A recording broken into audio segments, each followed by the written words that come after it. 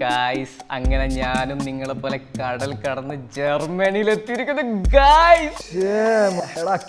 കൊള്ളടാ, അങ്ങനെ നീ കുറെ നാൾ കഷ്ടപ്പെട്ടിട്ടാണെങ്കിലും അത് നേടിയെടുത്തു. എടാ, നിനക്കൊക്കെ എൻ്റെ കൂടെ സ്പെയിനിലേക്ക് വരായിരുന്നില്ലേ? എനിക്കിവിടെയാണോ ഇഷ്ടം. ഇവിടെ ആവുമ്പോൾ മാസ്റ്റേഴ്സ് ഒക്കെ ഫ്രീ ആണല്ലോ. എടാ പിന്നെ അവിടുത്തെ ഫുഡൊക്കെ എങ്ങനെയുണ്ട്? നിന്റെ നാട്ടിലെ ചോറും മീനും ഇല്ലാതെ നീ എങ്ങനെയാടാ അവിടെ പിടിച്ചിരിക്കുന്ന അളിയാ? അതൊക്കെ ഇവിടെ കിട്ടും.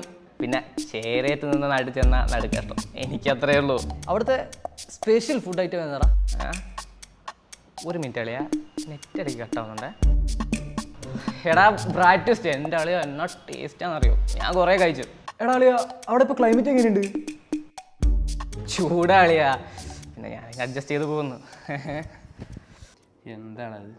എടാ, അത് നിന്റെ വീടല്ലേ? എടാ അളിയ, എന്താ കാര്യം? നീ സംഭവം പറ.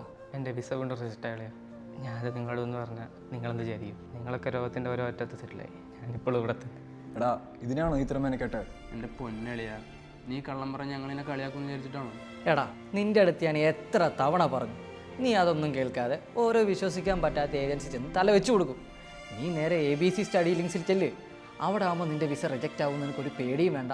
അവരുടെ ഒരു വിസ പോലും ഇതുവരെ റിജക്റ്റും ആയിട്ടില്ല. നീ പറഞ്ഞത് ഞാൻ അന്നേ കേട്ടായിരുന്നു.